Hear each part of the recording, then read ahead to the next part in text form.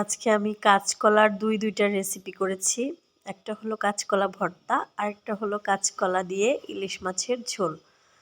তো প্রথমে আমি ইলিশ মাছগুলোকে কেটে ধুয়ে পরিষ্কার করে নিয়েছি। তারপরে মাছগুলোতে একটু লবণ হলুদ দিয়ে মেখে নিয়েছি। এবার আমি তেলে মাছগুলো একটু ভেজে নেব। মাছগুলো খুব বেশি ভাজবো না, আমি হালকা একটা ভাজা দেব মাছগুলো। ইলিশ মাছ না ভাজলেও হয়, আসলে মাছটা যদি টাটকা থাকে তাহলে ভাজা লাগে না। কিন্তু আমার মাছটা একটু ফ্রিজে ছিল, তাই আমি মাছটাকে সামান্য একটু ভেজে নিচ্ছি, খুবই হালকা পরিমাণে একটু ভেজে নিচ্ছি। তো আমি হালকা করে ভেজে মাছটাকে তুলে নেব। একে একে আমি সব মাছগুলোকে এভাবে হালকা করে ভেজে নেব। ইলিশ মাছ কড়া ভাজা করে রান্না করলে একদমই ইলিশ মাছের কোনো স্বাদই থাকে না, ভালোও লাগে না খেতে।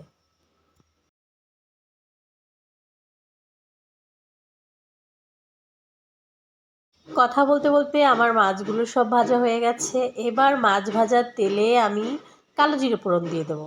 কালো জিরে ফোড়ন দিয়ে আগে থেকে কেটে রাখা কাঁচকলাগুলো দিয়ে দিচ্ছি। কাঁচকলাগুলোকে ভালো করে ভেজে নেব। পেটের সমস্যা হলে কাঁচা কলা কিন্তু একটি উপকারী জিনিস, যে কাঁচা কলা খেলে কিন্তু পেটের সমস্যা অতি দ্রুত সারে, মানে অনেক তাড়াতাড়ি ভালো হয়ে যায়। তো আমার আজকের এই দুইটা রেসিপি কারো পেটের সমস্যা হলে কিন্তু ট্রাই করতে পারেন। আমি খুবই কম মশলা দিয়ে রান্নাগুলো করছি, আর পেটের সমস্যা হলে এই রান্নাগুলো অনায়াসে খাওয়া যায়। কিন্তু আমি এভাবেই রান্না করি, সেভাবেই সবার সাথে শেয়ার করছি। তো আমার কাঁচা কলাগুলো একদম ভাজা হয়ে গেছে। এবার আমি পরিমাণ মতো হলুদ আর মরিচের গুঁড়া দিয়ে একটু জল দিয়ে মশলাগুলো কষাই নেব। হলুদ দিয়েছিলাম হলো 1 চামচ, আর মরিচ দিয়েছিলাম হলো খুবই সামান্য একটু। আমি একটু কালারের জন্য গুঁড়া মরিচ ব্যবহার করেছি, আসলে আমি রান্নাটাতে কাঁচা মরিচই ব্যবহার করব। তো আমার এই তো মশলাগুলো কষানো হয়ে গেছে, আর একটু সময় নিয়ে আমি মশলাগুলো নেড়েচেড়ে কষাই নিচ্ছি। এবার আগে থেকে ভেজে রাখা মাছগুলোর সাথে ঝোলের পরিমাণ জল দিয়ে আমি দিয়ে দেবো এতে।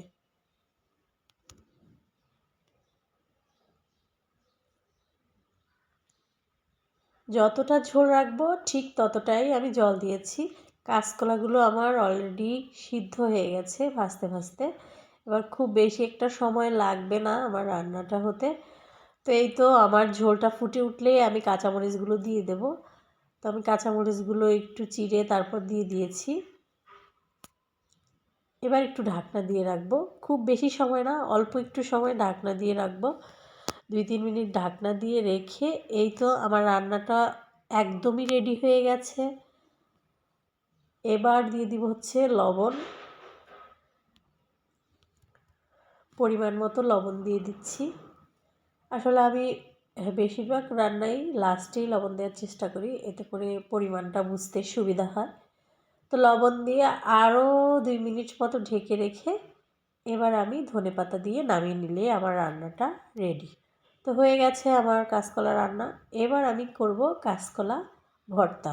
তো কাঁচকলা ভর্তা করার জন্য প্রথমে আমি কাঁচকলাগুলোকে কেটে সিদ্ধ করেছিলাম, এর জন্য কালারটা এরকম হয়ে গেছে। যদি ছোলাসহ সিদ্ধ করতাম তাহলে এরকম হতো না।